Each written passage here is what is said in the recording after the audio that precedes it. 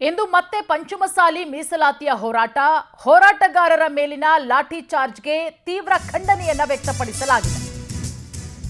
ಇವತ್ತು ಮತ್ತೆ ಪಂಚಮಸಾಲಿ ಮೀಸಲಾತಿಯ ಹೋರಾಟ ಮತ್ತಷ್ಟು ತೀವ್ರಗೊಳ್ಳುವ ಸಾಧ್ಯತೆಗಳಿದೆ. ಹೋರಾಟಗಾರರ ಮೇಲಿನ ಲಾಠಿ ಚಾರ್ಜ್ಗೆ ಈಗಾಗಲೇ ತೀವ್ರ ಖಂಡನೆಯನ್ನ ವ್ಯಕ್ತಪಡಿಸಲಾಗಿದೆ. ಇವತ್ತು ಜಿಲ್ಲಾ ಕೇಂದ್ರಗಳಲ್ಲಿ ಪಂಚಮಸಾಲಿ ಪ್ರತಿಭಟನೆ. ಕೊಪ್ಪಳ, ಧಾರವಾಡ, ವಿಜಯಪುರ, ಬಾಗಲಕೋಟೆ, ಗದಗ ಸೇರಿದಂತೆ ಎಲ್ಲ ಜಿಲ್ಲಾ ಕೇಂದ್ರಗಳಲ್ಲೂ ಕೂಡ ಧರಣಿಯನ್ನ ಮಾಡಲಾಗುತ್ತೆ. ಪಂಚಮಸಾಲಿ ಜಿಲ್ಲಾಧ್ಯಕ್ಷರ ನೇತೃತ್ವದಲ್ಲಿ ನಡೆಯುವಂತಹ ಪ್ರೊಟೆಸ್ಟ್. ಮೊನ್ನೆ ನಡೆದಂತಹ ಪಂಚಮಸಾಲಿಯ ಹೋರಾಟ ಎಷ್ಟರ ಮಟ್ಟಿಗೆ ಕಿಚ್ಚು ಪಡ್ಕೊಂಡಿತ್ತು.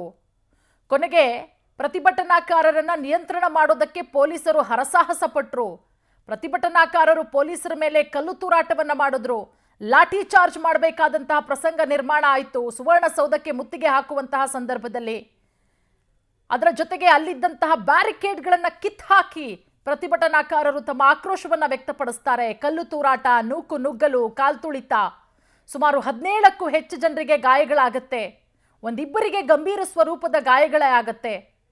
ಮತ್ತೊಂದು ಕಡೆ ಕಲ್ಲು ತೂರಾಟ ನಡೆಸಿದಂಥವರ ಮೇಲೆ ಕೇಸ್ ಕೂಡ ದಾಖಲಾಗಿದೆ. ಹಾಗಾಗಿ ಅದಕ್ಕೆ ಆ ಕೇಸ್ಗಳನ್ನು ವಾಪಸ್ ಪಡಿಬೇಕು ಅನ್ನುವಂತಹ ಆಗ್ರಹಗಳು ಕೂಡ ಈಗ ಕೇಳಿಬರ್ತಾ ಇರೋದು.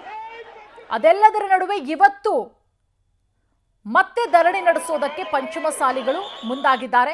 ಪಂಚಮಸಾಲಿ ಜಿಲ್ಲಾಧ್ಯಕ್ಷರ ನೇತೃತ್ವದಲ್ಲಿ ಇವತ್ತು ಮತ್ತೆ ಹೋರಾಟ ಆಗತ್ತೆ. ಇವತ್ತು ಜಿಲ್ಲಾ ಕೇಂದ್ರಗಳಲ್ಲಿ ಪಂಚಮಸಾಲಿ ಪ್ರತಿಭಟನೆಯನ್ನ ಮಾಡಲಾಗತ್ತೆ.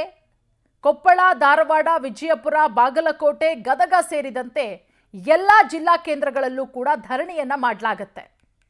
ನೋಡಿ, ಈ ದೃಶ್ಯಾವಳಿಗಳು ಮೊನ್ನೆಯ ಹೋರಾಟದ ದೃಶ್ಯಾವಳಿಗಳು.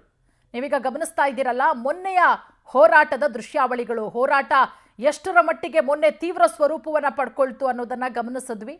ಹಾಗಾಗಿ ಇವತ್ತಿನ ಹೋರಾಟ ಹೇಗಿರುತ್ತೆ ಅನ್ನೋದನ್ನ ಕಾದು ನೋಡಬೇಕಾಗತ್ತೆ.